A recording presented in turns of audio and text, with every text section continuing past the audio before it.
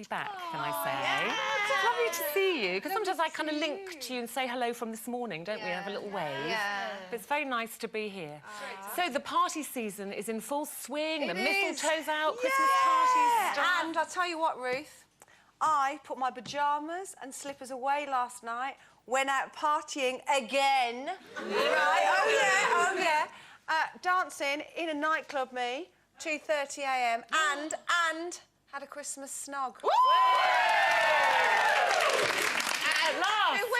on. I'm not saying. But no, can I just say, I'm sure he's watched this show, because all the things that we talk about, how much I love snogging and, you know, the art of snogging. As he walked me back to my hotel room, he was very gentlemanly. He did leave just before you asked questions.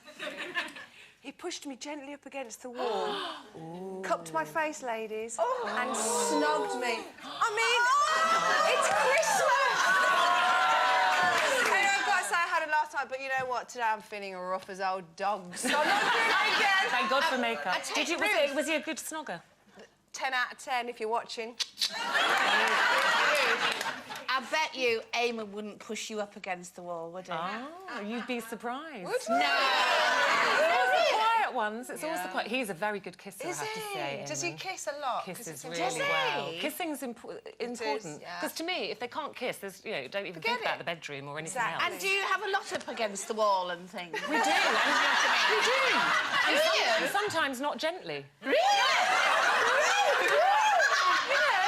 You've got to keep the spice. He's 50 now, you know, and I'm 50 next year, so you've got to keep it spiced up. I think that's fantastic. Do you know, I'm seeing Eamon in a whole different... I like it. I think it's marvellous. I think it's great, don't you? In fact, I can't wait till I come back on your show and you can interview me. I shall look at Eamon. I say, there's a wall out there, Eamon. You don't need mistletoe at your house, You don't. But also, it's got to be a smooth wall, because, you know, your clothes snag otherwise, don't they? That's really annoying. I didn't care whether I was getting snagged or not. I think we ought to move on before this descends into the depths of depravity. Now, next on our agenda, how important is the gift you receive from the man in your life on Christmas Day? Ooh, this is a tricky one for the boys. Now, according to journalist Lindsay Nicholson, she says it's very important. Now, she's had enough of men getting it wrong and says her husband always buys her the wrong size in everything. She says the only thing worse than an extra small that doesn't fit is an extra large that does. I'm feeling her pain. So, ladies, I think this is a tricky time of year for men. How important is it to you that the man in your life gets that gift right? It is vitally important, because don't forget, the woman has got to sort out everybody else's presents. Let's be honest here. She's got to get up at the crack of dawn to get the turkey in. She's done the sprouts. She's got the kids' breakfast going. The one thing that the man has got to sort out is the present. Woe betide you if you get it wrong, all right? Because we're not asking anybody who's listening.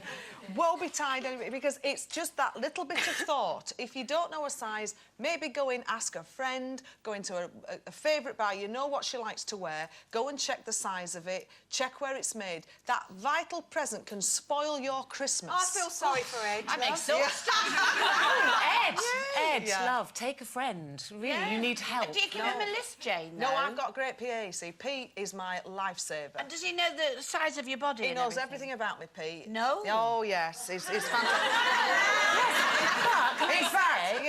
Can I say that they also said in the reports I was reading about men buying gifts is that women lie about their size. So when he says, you know, I'm going to buy you some clothes, what size? Have you ever done that? Have you lied? Well, it's not about... It's just, if you get a bad gift... Let me just say, because I had a bad gift off an ex of mine, and it completely ruined my whole Christmas. What was it? I opened it, I was so excited because I bought him some lovely things, and do you know what he bought me? What? A self-help book. Is that all? A self-help book. On what? How to be a good wife. No, honest to God, and it ruined my whole holiday. You know, because I just thought, well, is that it?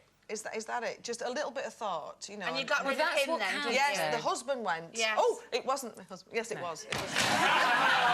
But you know, I think it's the thought that counts, because Eamon is very generous, but there was one year, and he's quite good now, but there was one year when he was really busy with work, and he gave me money. And it was quite a lot of money, I have to say. It was a wad, as I like to call it, and I quite like a wad, but not on Christmas Day. No, you don't. And I have to say, I could not hide my disappointment. And so, to me, it's not about how much he spends, it's the thought. It could just be my favourite bar of chocolate or a little fluffy That's sock. so lazy, Ruth. It's lazy. I've had that, you learned though. his lesson. I've had that. Have you? Yeah, my ex was... it was on Christmas Eve and we went round to my best friend's house and I said to her in the kitchen, things weren't going well at that point, and I said to her, I don't think he's bought me anything for Christmas. And I was gutted, I was really hurt. I didn't care what it was just the fact that he hadn't thought about it. And she said to him, listen, if you haven't got Zoe anything, I'll go and get something tomorrow. He went mad at me the next day, and do you know what he got?